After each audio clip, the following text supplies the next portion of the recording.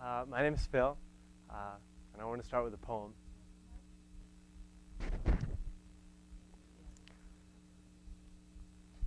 My mother taught me this trick. If you repeat something over and over again, it loses its meaning. For example, homework, homework, homework, homework, homework, homework, homework, homework, homework. See, nothing. Our lives, she said, are the same way. You watch the sunset too often, it just becomes 6 p.m. You make the same mistake over and over, you'll stop calling it a mistake. If you just wake up, wake up, wake up, wake up, wake up, one day you'll forget why. I should have known, nothing is forever. My parents left each other when I was 7 years old. Before their last argument, they sent me off to the neighbor's house, like some astronaut jettisoned from the shuttle. When I came back, there was no gravity in our home. I imagined it as an accident, that when I left, they whispered to each other, "I love you," so many times over that they forgot what it meant. Family, family, family, family, family, family. My mother taught me this trick. If you repeat something over and over again, it loses its meaning.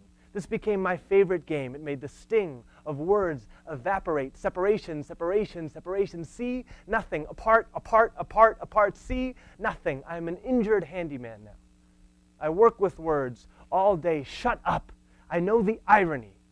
When I was young, I was taught that the trick to dominating language was breaking it down, convincing it that it was worthless. I love you. I love you. I love you. I love you. I love you. See, nothing. Soon after my parents' divorce, I developed a stutter. Fate is a cruel and efficient tutor. There is no escape in stutter. You can feel the meaning of every word drag itself up your throat. Separation.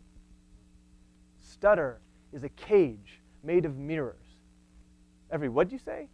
Just take your time. Come on, kids, spit it out, is a glaring reflection of an existence that you cannot escape.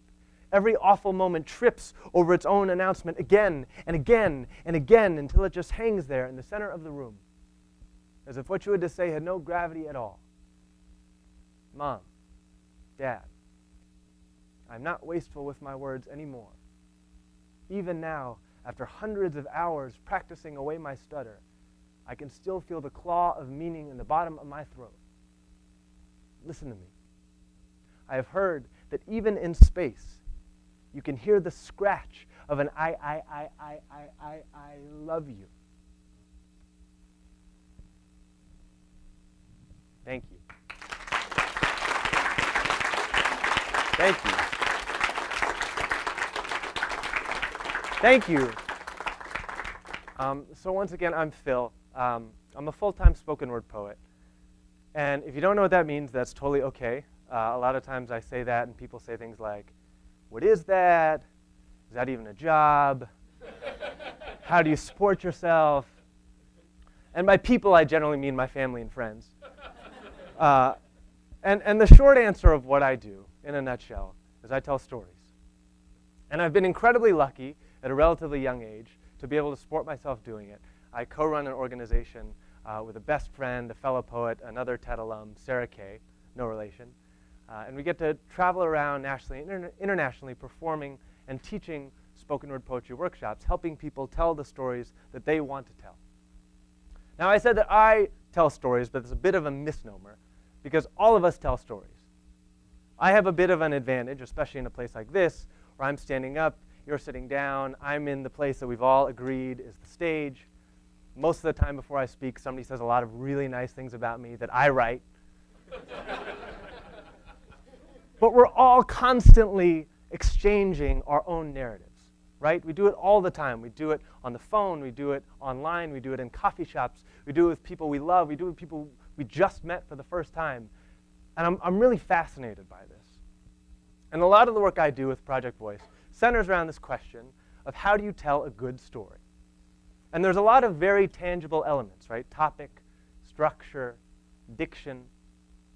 But as I was working with more and more people and hearing hundreds and hundreds of stories, I became obsessed with this different question, this deeper question, which is why we tell stories. Right? For thousands of years, almost every human culture has been telling stories. right? What moved me to get up in front of a room full of people I'd never met and talk about a period in my life that for many years I just wanted to wish had never happened? And it's not just a historical thing or an artist thing. We all do it, right? Why do we have a tradition of reading bedtime stories to our children? You know, why do we get online and spill these narratives about ourselves to people we don't know very well and may never well meet? And this is a real question that I really asked myself. And to be totally honest, I couldn't come up with an answer. And I had a big freak-out moment. Here I was, I had this career, and I couldn't answer this simple question of why do I tell stories? Was it all just self-indulgence? You know, when I'm feeling very cynical, and people ask me, what's it like to be a spoken word poet? I'd be like, it's like the opposite of a therapist. A therapist, you pay them money, you sit down, you tell them your problems. Spoken word poet, you pay me money, you sit down, I tell you my problems. Which I didn't believe. And I thought, I was like, do I? And no, I don't believe that. Then what was it? Then what was it? And I struggled. And I went back and forth, and I searched, and I thought back to my own first experiences. And some of my first experiences with stories were impression. I loved it, right? So I came home after watching Pirates of the Caribbean, and also they told, you know, yes, Mom, when is breakfast? Which was weird. But the reason I loved impression was because it was an immediate story, right? Just by changing the tone, the pitch, the timbre, all of a sudden I took on this entire context of belief, of feeling. And it was fun, right? I'd go with my sister to fast food places and be like, can I have a number 4? To go, right? And when I thought about why I did that, it was a pretty simple answer. It was to make my little sister laugh. And I thought about, we have a lot of times we tell stories with these very simple intentions: to entertain, to warn, to scare, to explain. And that was getting me somewhere, but not down to the real crux of why we're all telling stories. And I still haven't figured out yet, but after reading a lot of books and talking to thousands of people, my best guess is that we tell stories to feel alive. Bear with me, right? We like to believe that our lives are incredibly predictable. Take me, for example. Yesterday, I woke up in my apartment in New York, I took a bus to the airport, got on a plane, and I'm here. And in retrospect, this seems incredibly linear, incredibly predictable. But right here is all the options of what could have been. I could have taken a bus, a different bus, and met the love of my life.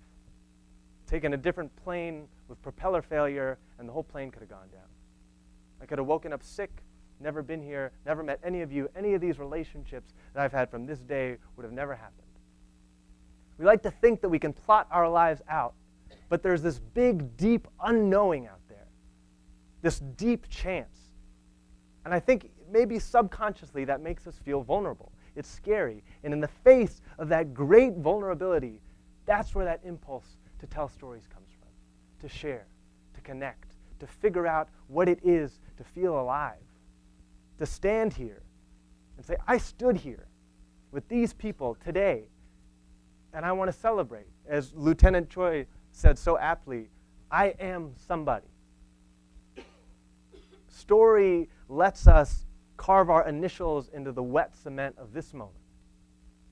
And it does it so well because it not only celebrates vulnerability, but it embodies vulnerability. The act of telling a story is a vulnerable act in and of itself. You know, this TED Talk could suck. I'm not sure it doesn't yet. And that suckiness would ring out on the internet for years. And that's terrifying. But here I am, and here are all these other people who have been so incredibly vulnerable and shared so much of themselves, all here trying to figure out what it means to be alive. In the face of this great unknowing of our future, I think we tell stories to make a context of our past. Think about it this way. You're walking through a city you've never been in before.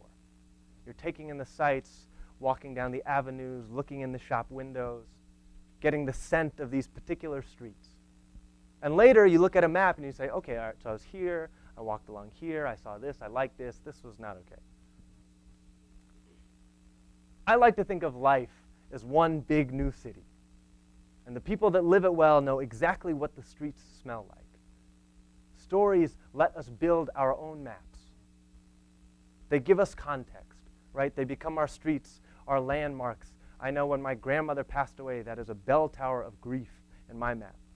The first time I found poetry, a spring in the center of my map, and life has erupted all around it. So what does all this mean, right? If we tell stories to make sense of this great unknown, what does that mean in terms of telling good stories?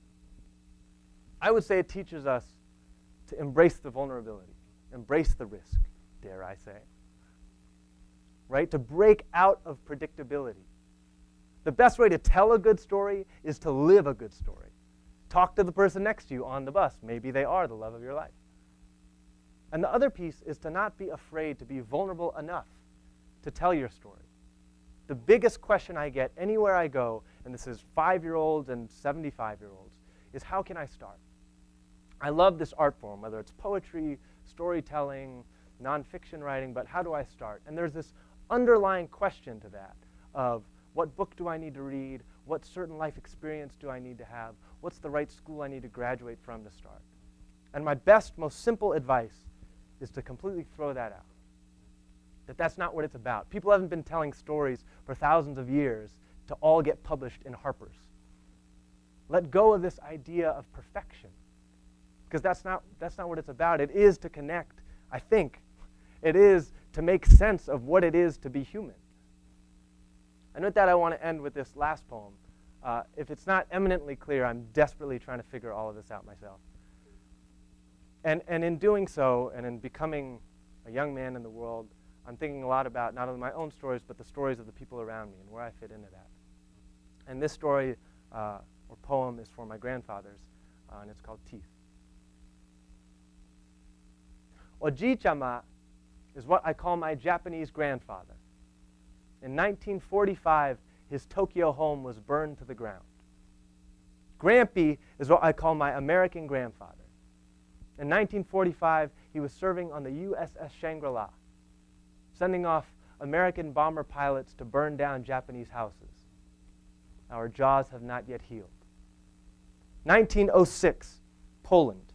Grampy's father is hiding in an oven. He doesn't know the irony of that yet. He has heard men singing on the street below, hyenas, my family calls them.